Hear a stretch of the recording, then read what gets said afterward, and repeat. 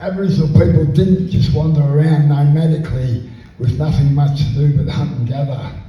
They had strict rules and protocols on things they could do and not do. One thing you could not do was go into a neighbouring group's area without first being invited and participating in a Tanderum ceremony.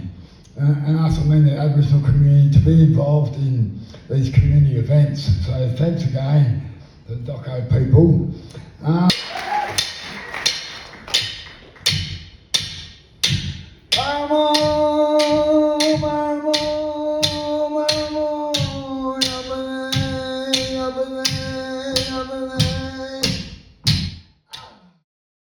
With a little bit of homegrown cinema. There's a beautiful documentary hitting cinema screens around the country today called The Koalas, looking at a series of koalas in their natural environments and about also their struggles to ensure conservation and also the encroaching deforestation that's occurring. It's a really, really important film, particularly for younger audiences. It's rated G, so if you've got the opportunity to take the family, I think it's a really engrossing true story. And it's also great to see, look, I'm going to rattle off some names here. You follow the life of Wani, Bexley, Tom, Baz, Coral, and Hope and Paula. So, really, look for them when the awards season happens. But getting a general release around the country, track that one down. And of course, there's an Australian koala called Baz. Why shouldn't there be? Why shouldn't there be? Zach, thank you. Thank you. I pay my respects to elders past and present and any Aboriginal and Torres Strait Islander people present with us today. I was, as Georgia said, I was chair of what was quite a groundbreaking inquiry actually into koalas in the New South Wales Upper House. It reported a few years ago. It sat for 18 months. It wasn't, I think Georgia said it was for the government, it was for the Parliament, and it had Labor, Liberal, Greens, and I think Animal Justice Party member on that committee. We travelled to all these different places around New South Wales, Ballina, Coffs Harbour, Gunnedah. We did a hearing in Campbelltown.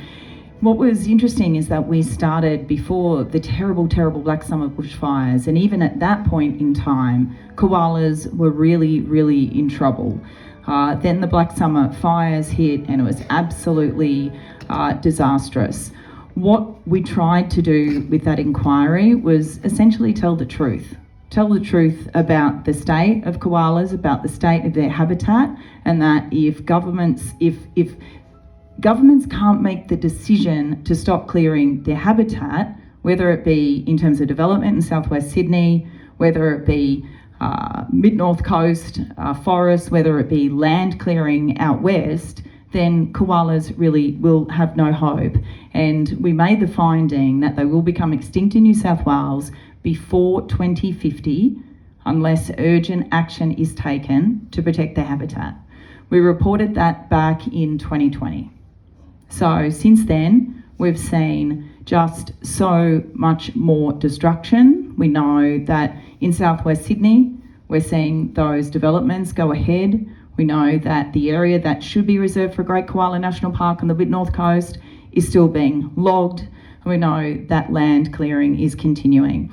This film, thankfully, has come at a fantastic time. What this film does, which is just absolutely beautiful and extraordinary, of course, it does wonderful things in terms of really showing just how extraordinary koalas are, but it tells the story of the people behind koalas, if you like, people who are trying their very hardest to raise the alarm to save these beautiful creatures. And I want to give a huge shout out to Georgia, Wallace-Crabbe and Greg Miller, who for 4 years they've been working on this project. It has really been a massive labour of love.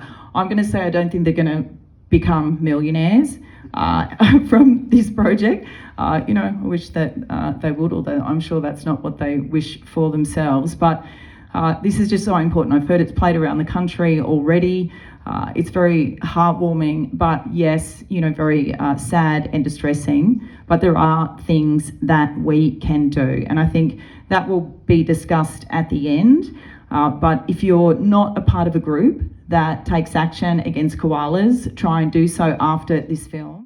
We've Really need to do. We know koalas are going to be extinct if we don't change what we're doing now, and that movie just proves that time and time again all along the coast of Australia. And what do you intend to do now as a result of that movie? Go and tell everybody. We've got to change the way we do developments, we've got to look after our environment, protect habitat. We've got limited time and we need to act now. And thus, this Koala Festival, I think, is timely, and we couldn't wait any longer. It is uplifting to see so many groups involved in koalas down the east coast, but so much more needs to be done. It's a bit embarrassing to be an Australian at the moment with the, but until laws change, the poor old koala's got a hard work to. Because we are driven by love of our forests and our wildlife. We're celebrating that here today, and there's a message which those big parties need to hear.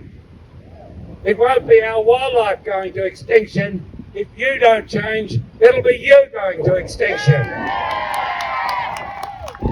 Thanks to the Koala Foundation of Australia and all of you for being here on such an important day and send such a beautiful message.